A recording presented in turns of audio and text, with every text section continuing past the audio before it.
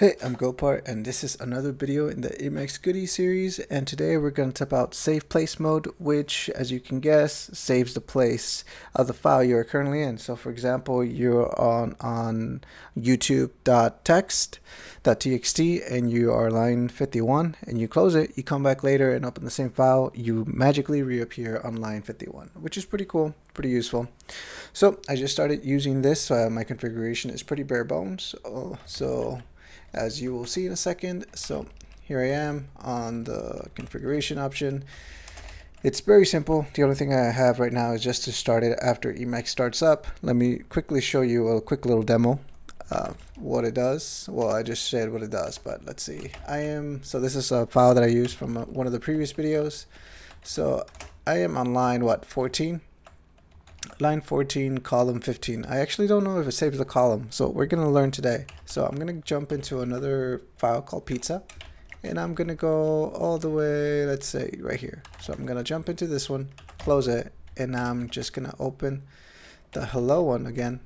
Oh, it also saves the column. Awesome. So if I close, what happens in the middle? So I'm over here if you can't see. I'm going to close the file, pizza.txt. I close it, now I'm going to reopen it, and boom, I am right again where I'm at, which is beautiful, which is pretty cool. So how do you configure this magical package? So as always, let's just go over here, and oops, that's not what I want. Oops, let's open the file in which it belongs. So if we jump into, so yeah, as you can see, automatically save place and files. That's the description. If we jump into the customizations, there's some standard stuff. So where do you want to save the file? Some version control stuff. Let's see. There's one in particular that is interesting. Yes, the save place limit. This one. So I'm not going to go over all the configuration options because you guys can do it. I'm just going to talk about the ones that piqued my interest. So place limit. So this one is set to 400, so only 400 entries. You can set it to 0 to support an infinite amount. I don't know if there's any latency involved with it.